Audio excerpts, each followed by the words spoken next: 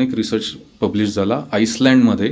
काही संशोधकांनी कृत्रिम प्रकाशामध्ये स्पिरुलिना वाढवलं. मग त्यांनी त्या प्रकाशाची, शेवटी प्रकाश म्हणजे तो स्पेक्ट्रम, वेगवेगळ्या वेवलेंथ आहेत.